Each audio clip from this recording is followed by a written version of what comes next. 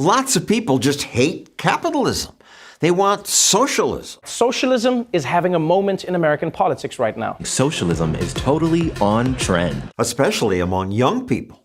The kids love socialism. I think socialism is great. Why? Because they're told capitalism hurts the poor. The rich getting richer and the poor getting poorer. But that's just not true. The poor get richer too. Norway!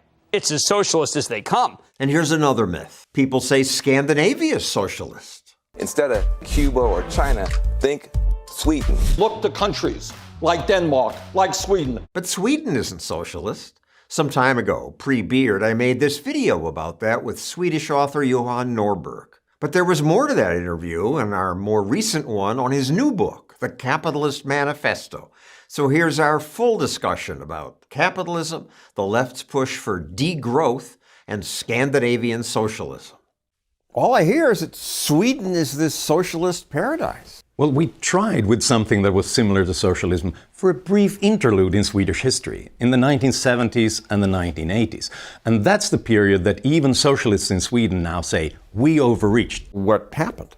Well, in the 1970s and 80s, that's the moment when the Swedish government started to expand dramatically. Taxes rose, regulation was all over the place. And that's the moment in time when Sweden began to lag behind the other countries dramatically. There were no new net jobs created in the private sector, no new international companies.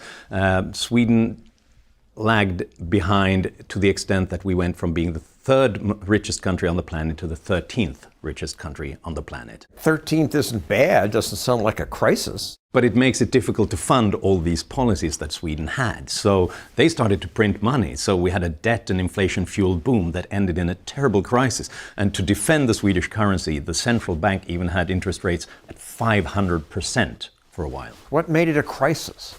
Well, suddenly all those systems that people depended on, the pension system, healthcare and so on, didn't get the funding they needed. So there were waiting lines to get healthcare. People couldn't get the pension that they thought that they depended on for the future. So everybody suddenly realized that something else has to be done. And even the socialist-leaning politicians agreed? The socialist minister of finance in Sweden said that our policies have been unsustainable, sometimes absurd, and the tax system is perverse. So even they wanted to dismantle the big government that they had built. So what happened?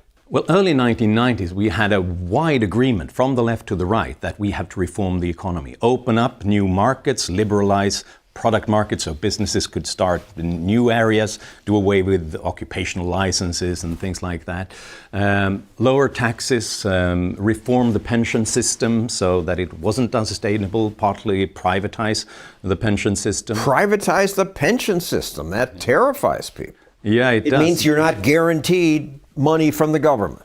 Exactly. It's only a defined contribution. You don't know what you will get. And obviously that scares people who wanted a lot. But when they realized that the alternative was that the whole pension system would collapse, they thought that this is much better than nothing. But Sweden is still cited as the socialist paradise. When you look at our policies, we do have a bigger welfare state than the US, higher taxes than the US, but in other areas, when it comes to free markets, when it comes to competition, when it comes to free trade, Sweden is actually more free market. If you look at the latest statistics from the Heritage Foundation and Wall Street Journal, Sweden is apparently more free market than the United States. There's no minimum wage. Government doesn't control production. Yeah, and we've also tried to open up the welfare state to private providers because we've realized that we've got problems with a nationalized healthcare system, so we need to, privatize one of the biggest hospitals in Stockholm and open up to other private companies. And in the education system, because it didn't work. It didn't work very well. So we needed competition, innovation, new ideas. So we rolled out a national school voucher system so that private schools got the same funding as the public ones. On The View. Name one country that socialism has ever worked, and also First of all, socialism means the government owning the means of production. Sweden has never had that. The socialists realized in Sweden that they need big business. They need multinational companies to fund the welfare state. So it was always a free market to that extent. And the big businesses, even got specific benefits and privileges because the economy was so dependent on them. Jim Carrey. I grew up in Canada. okay? We have Right. socialized medicine. And I'm here to tell you that this bullshit line that you get on all of the political shows from people is that it's a failure. The system is a failure in Canada. It is not a failure in Canada. I never waited for anything in my life. I chose my own doctors. My mother never paid for a prescription. It was fantastic. He must have been lucky, and that's great. But in the recent Swedish election, the top priority for voters in the polls was not crime or immigration or the economy, it was healthcare and the fact that people had to wait in line for treatment for such a long time. Specifically, when it comes to cancer treatment, for certain types of cancer, you have to wait for more than 200 days to get treatment.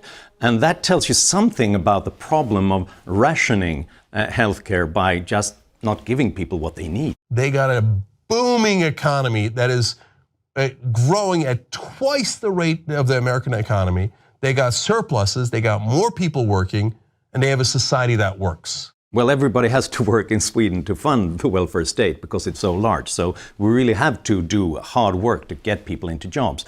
But the way we do that is by opening up more markets, having fewer license requirements, occupational licenses, the kind of things that America has to stop people from entering new jobs. And so in a way, we'll have a successful economy, but that's partly because we're free market to some extent. From your movie. It is a socialist economy.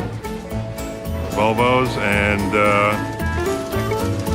socialized medicine. All those stereotypes are quite interesting, and many of them are stuck in the past. Volvo is now a Chinese company. What does that mean from a classical liberal point of view? Well, it means that for a while, the Swedish economy was doing so bad and the currency was going south. So everything was quite cheap, so the Chinese and others could buy our big companies. And that was incredibly problematic at that time for the reason that not that they were bought by someone else, it's in a way a sign of strength that they want to invest in our economy. But it's a problem if we don't grow the new companies like that. In around the turn of the millennium, we didn't have one company among the 50 biggest that had been created over the last 25 years. So they were all created during the sort of small government laissez-faire era. But after the reforms, suddenly we reformed the economy, opened up new markets, and then suddenly we got the new companies in telecoms, in tech, and so on. And is this just Sweden, or is this also true for Denmark, Norway? Well, Norway's got oil money. Yeah, Norway is also a strange exception because they have all that oil. So unless American socialists have the plan to strike oil everywhere, that's not a relevant example. But Denmark shrank its government too? Yes. Finland? Scandinavian. Iceland? Yeah. Astrid Lindgren, 102% in taxes? How is this even possible? Yeah, 102% tax is too much even for the socialists. But how can it be more than 100%? Yeah, it's quite absurd. She was this famous author of children's books like Pippi Longstocking and so on, and a long-time social democrat. She found out that when she sold another book, she ended up with a marginal tax rate. She ended up in a higher threshold that increased the taxes totally, so that she had to pay for selling more books.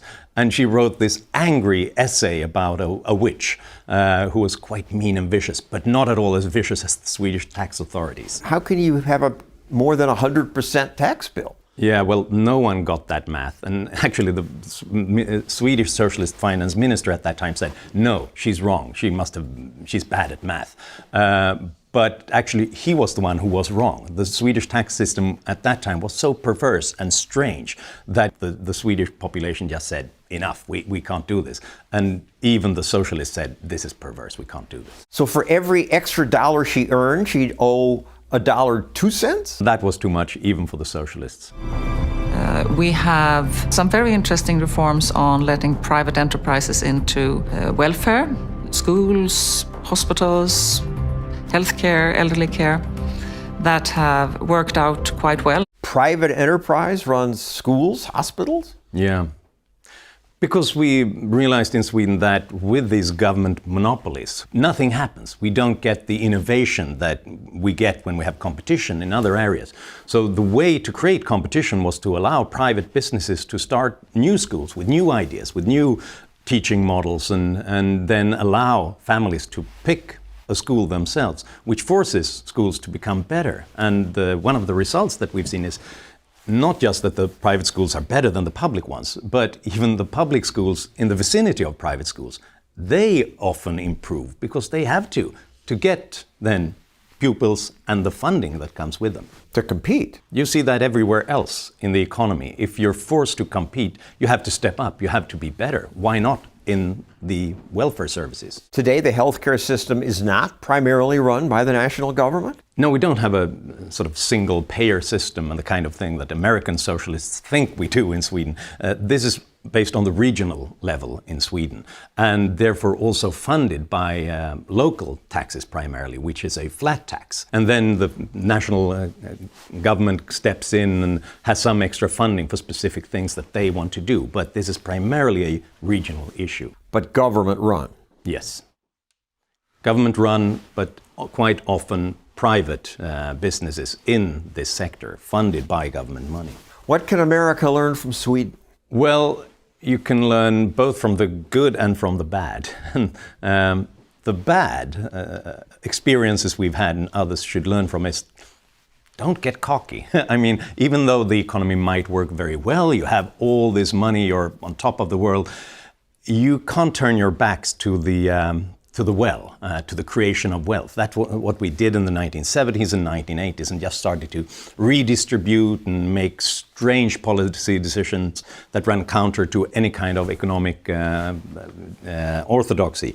And that almost killed the Swedish economy. It almost ruined us completely. So you have to continue to create wealth in order to use it. The good thing to be learned from Sweden is how you reform the economy. I think it's important for the US and to learn from how you can introduce competition and choice in government services, like education, for example. If you want a better future for our kids, you can learn how to reform those systems that we all rely on, the pension system, social security, things that are unsustainable with the kind of demographic future we have, unless we change this into more of defined contribution rather than defined benefits. The low-income earners in Sweden pay a lot more than low-income earners in America. So despite the fact that Sweden looks like sort of a socialist country which taxes the rich exorbitantly high, the truth is the opposite. Really? This is the dirty little secret about the Swedish tax system. We don't take from the rich and give to the poor. We squeeze the poor because they are loyal taxpayers. They don't move to Monaco and they don't dodge, they don't have tax lawyers. So we have most of our income tax come from a flat regional tax at around 30%, even on the poor, even on the middle class.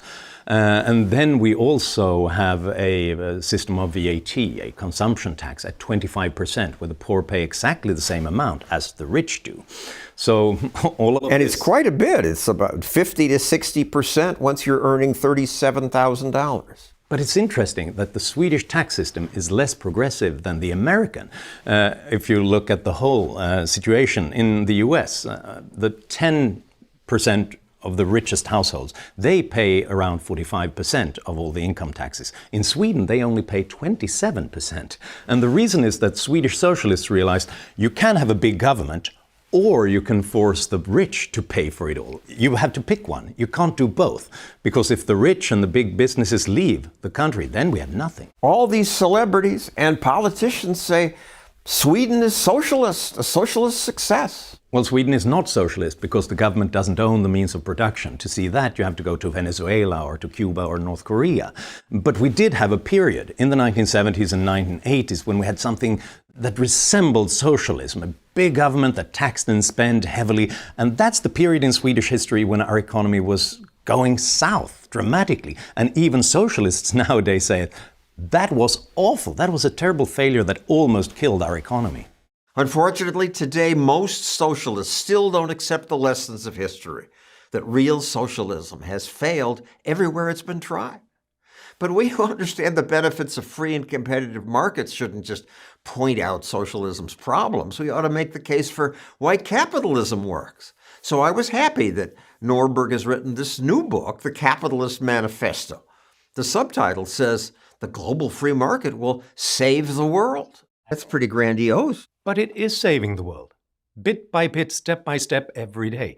Every day over the past 20 years, more than 130,000 people were lifted out of extreme poverty every day for 20 years. And it happened in societies that began to open up their economies and integrate into trade and global investments. And that's what capitalism does. That's not just a fancy theory. It's something real that is happening. And it's also something that we should keep in mind every time somebody talks about how we should have more tariffs and protectionism and regulations, that every kind of intervention like that limits what human beings can do with their lives. And that hurts opportunity and it increases poverty. And we have to save the world from such interventions. Elon Musk recommended your book on Twitter, and that's gotten millions of views. Congratulations. But he says, especially chapter 4. So I look at chapter 4, it's titled, In Defense of the 1%. So he only likes it because you're defending rich people like him. The question is, how did he get rich? How does someone get rich? That's more interesting than how much money they've got. In every society, we have people who control resources. Did they take them from somebody else? That's bad. We should stop that. But in a capitalist society, you get rich by enriching others, by producing electric cars, for example, or new technological capabilities and making them come down in price and making sure that more people have access to them. In that case, if they get rich because we hand over our money because we think those goods and services are more valuable to us, then it's a great thing that they are rich because they got rich by helping us. The Nobel laureate William Nordhaus, he made a back-of-the-envelope calculation of how much does rich entrepreneurs who introduce new technologies and goods and services in the economy capture of the value that they create. And he came up with the conclusion that they get to keep some 2% of the value that they create, which means that the rest of us who just laid on the couch and watched Netflix, we got 98% because we got increased purchasing power. Musk's got billions of dollars. He only kept 2% of each transaction? The greatest value of new goods and services and technologies does not come in the dollars and cents that we hand over to the producer. It comes in how they enrich our lives, how we use these goods, and how they keep coming down in price and become much more accessible to more people. Constantly making sure that what was luxury goods a couple of decades ago are suddenly something that most of us can afford. One of the most astonishing statistics about the US is that people who fall below the poverty line in the US now has a greater chance of owning amenities like refrigerators, air conditioners, washing machines, dishwashers, dryers, and of course cell phones and computers than the average American did in 1970. That's the greatest voluntary, spontaneous redistribution of resources that exists. The fact that all those luxury goods come down in price and are suddenly accessible to most people. The headlines, a mass loneliness crisis. Loneliness is an epidemic. We are absolutely in a loneliness crisis. Nothing to back it up? Well, yes, there is an epidemic of headlines saying that there is a loneliness epidemic, but there's no empirical data that actually shows that we feel more lonely now than we did in the past. This is often based on just looking at different generations and notices that, yes, the youngest feel like they're more lonely than the rest of us. But the question is, are they more lonely than we were when we were young? And so you have to compare like with like. So young today compared with young back then, old today compared to old back then. And then there is no such increase in loneliness, which is interesting because I would also think that it's less of a stigma to tell people that you feel lonely nowadays than it was in the 1950s or 70s. But more people live alone now. I would think that would make more people lonelier. That's correct. More people live alone. And there are also instances of people spending less time surrounded by other people. But the interesting thing, and this is what they never tell you in the reports, in the media, is that people who live alone and spend less time surrounded by other people are also more happy with those relationships. So it seems to be something interesting that happens when you choose your own relationships, when you choose your own partners and colleagues and friends to associate with. It's not necessarily a better world, a more harmonious relationship when you're forced into traditional overcrowding or forced to spend time with people because there are no options. And yet these capitalist media, Forbes, capitalism keeps people isolated because of support for personal gain. But this talk about how we're all getting lonelier in capitalist societies. But the question is, if this was the result of capitalism, then surely we would have more loneliness in capitalist free market societies.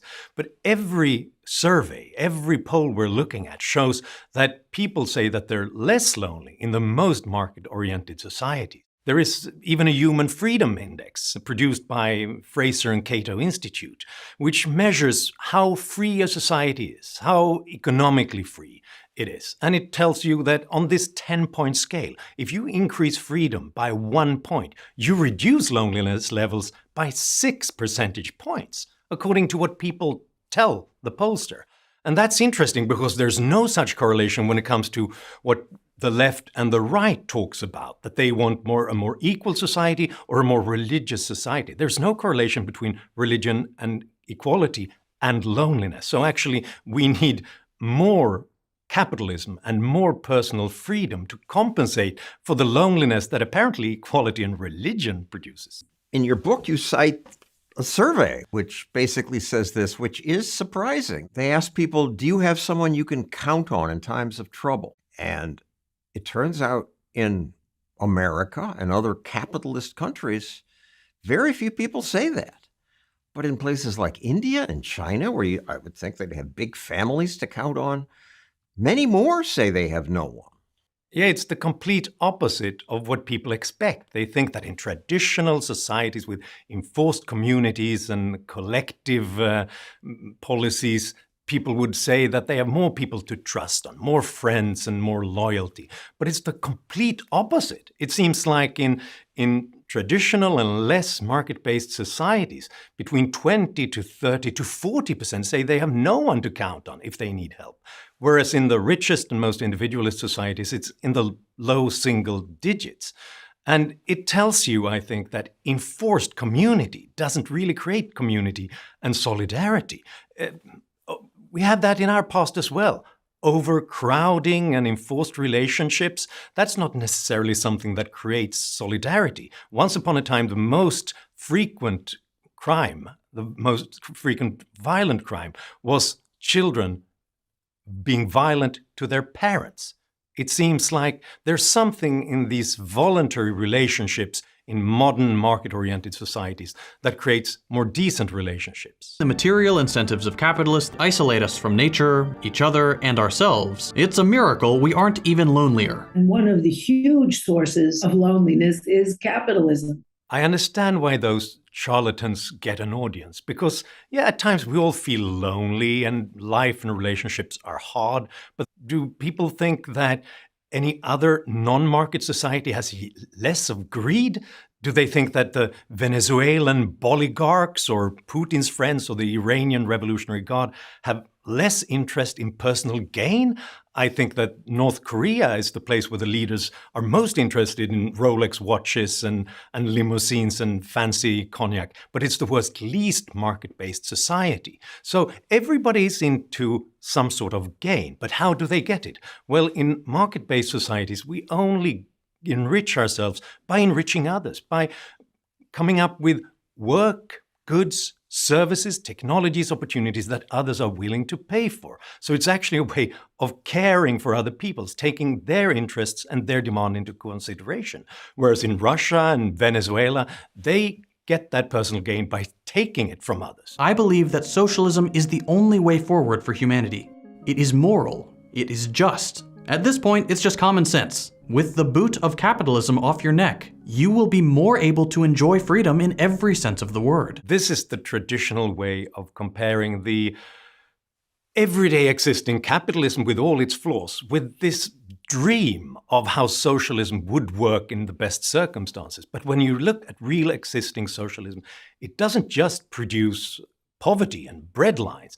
It produces much worse human relationship because it's a top-down system. It's a system where all the resources are distributed from the top, command and control, and what they get, you don't get. So it's a zero-sum game, and we can see that in polls. Countries that have lived through communism, they express much less subjective well-being, much less trust in human relationship, because they are the places where you have to exploit every meeting to get the resources you need, not in capitalism. Capitalist values of ruthless greed and competition. Under capitalism, people compete. Sounds divisive. Sounds like it would pull us apart.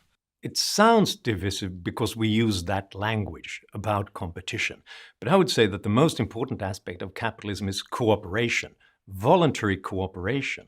The fact that you constantly associate with and work with and do transactions with other people on a voluntary basis. And that's why you constantly hear every time you buy something this double thank you. You say thank you, and in the grocery, they thank you. Yeah, it's weird. You both say thank you. You both feel you won. Thank you. Thank you. Yeah, it's strange. I'm brought up with the idea that I should say thank you when somebody has done me a service. But in the market economy, we do each other services constantly. That's how we get richer. No deal ever happens unless both parties think that they benefit more from doing that than not doing that. And that's a brand new innovation in human history. All traditional ways of organizing an economy, slavery, feudalism, communism, fascism, that's all based on getting resources by taking them from somebody else. That's divisive. What capitalism does is that it forces us to think about, what do the other guy want? What are strangers interested in? And then trying to find a way to help them because that helps us. You argue capitalism makes us generous? It sounds surprising, and this surprised the researchers as well. For many years, lots of researchers around the world have been looking at how generous are people when they're playing different economic games in a kind of social experiment. There are many real-life tests of that.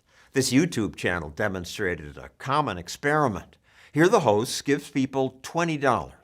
You're not allowed to communicate what you're thinking, talk about the decision you're making until you make it. You can divide this between yourself and a stranger in any way you like, but the only condition is the other person has to accept the offer. If he refuses it, then you get nothing. Then I get nothing. Then nobody gets anything. Then it's game over. So you have to offer something to the other person. So at least give me a cent. That's what lots of people would expect that capitalists would do. But interestingly, that never happens, almost never happens anywhere, because people have this intuitive sense for justice.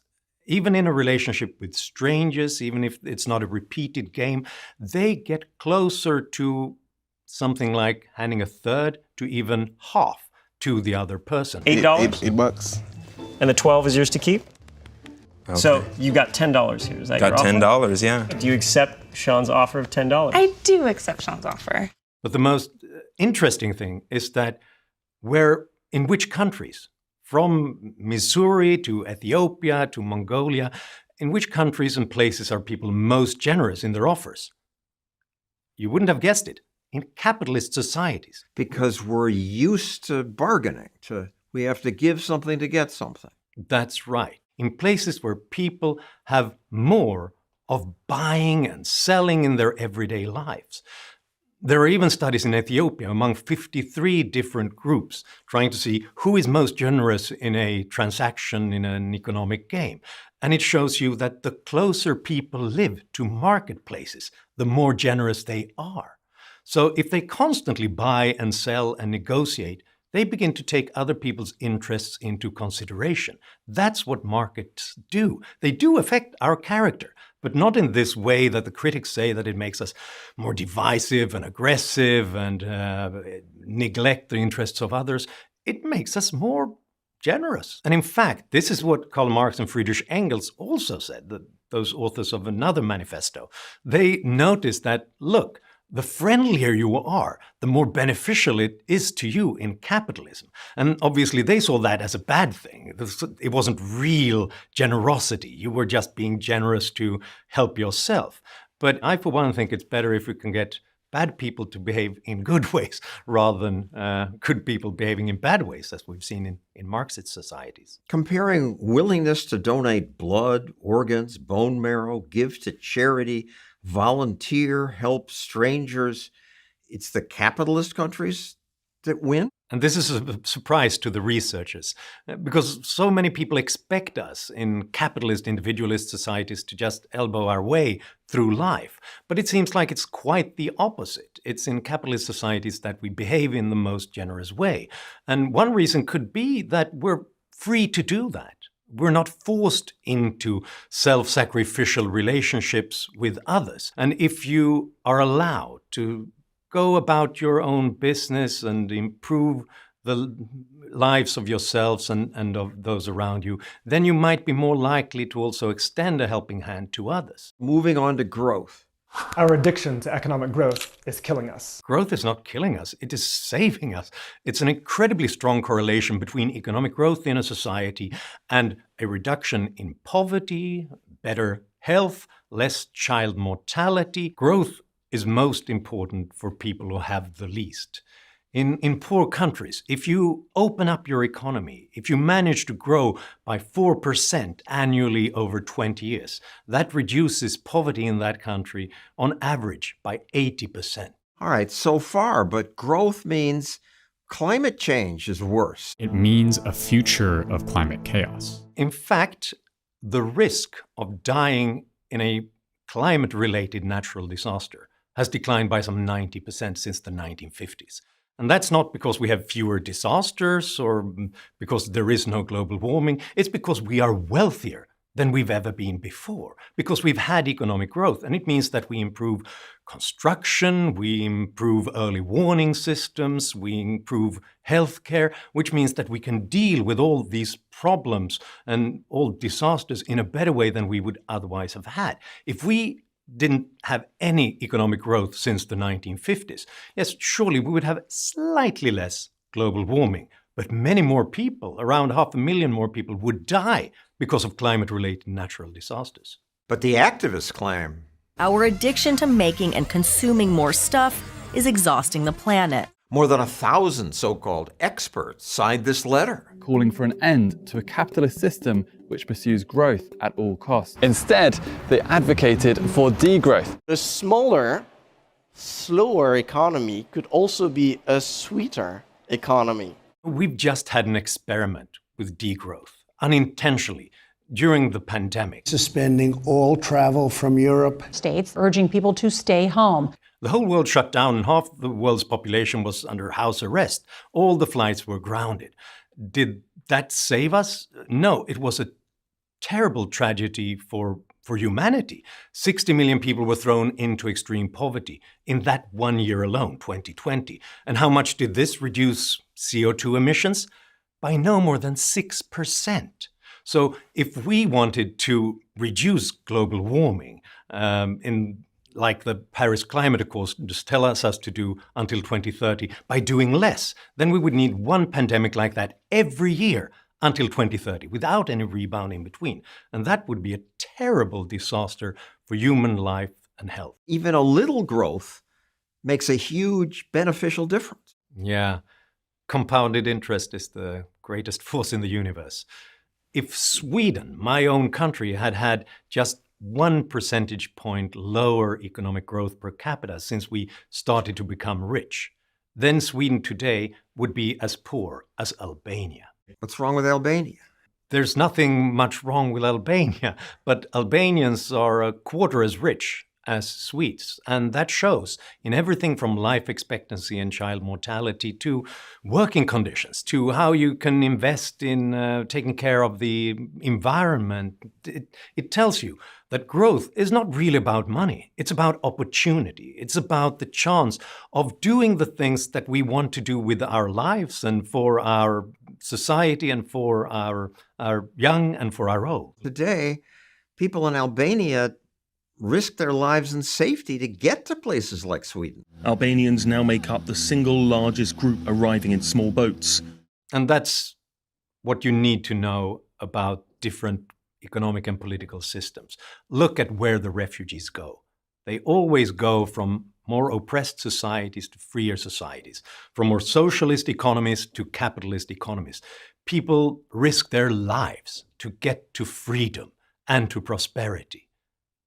And that's a more important indicator than the fantasies of some intellectuals about where they should be heading.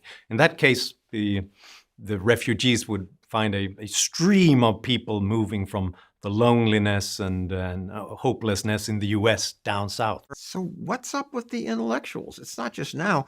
Forever they have embraced socialism. I think there's always a temptation for the most educated and intellectual people in a society to think that common people are vulgar and they're hopeless and they can't see how they can really thrive and find meaning in such a shallow society with the kind of media and the Taco Tuesdays that we've got. So I think that intellectuals often search for something else. They want people to reach for something that they find more of meaning into. And since Plato, they often think that they should be the kings themselves. Angela Davis, famous socialist. Yeah, racism is integrally linked to capitalism, and I think it's a mistake to assume that we can combat racism by leaving capitalism in place. I classify racism and capitalism as these conjoined twins. In order to truly be anti-racist, you also have to truly be anti-capitalist. What? That's complete nonsense. When you look around the world, the least racist societies with the fewest expressions of racist attitudes are the most capitalist countries. And why is that? Capitalism is the first economic system where you only get rich by opening up opportunities for others, for customers, for workers, for other businesses. And in that case, it pays to be colorblind. It pays to be open to willing customers and to workers who could enrich your company and to do business with other businesses, no matter religion or race or what if they happen to cheer for another team. Doesn't mean that every person will be colorblind. There will always be idiots. But in capitalism, it's costly to be an idiot. In the Jim Crow South, it was businesses that fought Jim Crow because they were losing money. It's often forgotten that owners of buses, railways, streetcars in the American South didn't really segregate systematically until the late 19th century. Why didn't they do that? It was probably not because they were less racist than others in the South, but they were capitalists. They wanted money. They wanted clients, and they didn't want to engage in some sort of costly and brutal policing business in segregating buses. Rosa Parks in Alabama, who famously got on board that bus and protested against segregation. Well, buses in Alabama wasn't segregated until the year 1900 because the owners were capitalists. And that's exactly why the rulers in the American South instituted laws, Jim Crow laws, to force them to segregate their businesses, because they didn't like greedy capitalists who weren't willing to discriminate against the blacks because it was costly to them. They cared about green, money, dollars, not black or white. Yeah, the first rule of business is don't reject willing paying customers and don't harass them, because they won't like what you're doing. So the owners of these transport companies in the South, they tried to avoid those laws, bypass them secretly and fight them in courts. And they were often fined. And the owners were threatened with being imprisoned by southern states because they weren't willing to discriminate. And that's exactly why we got Jim Crow laws, because free markets weren't willing to discriminate. So politicians had to regulate them, to force them to do it. Thank you, Johan Norberg. Thank you. Thanks for watching this longer than usual interview. I'm still confused by that because I spent my whole career shortening interviews, mostly for 2020. But seems lots of you like longer interviews, so we'll do more. And if there's someone you think I should talk to for a longer time, let us know in the comments below.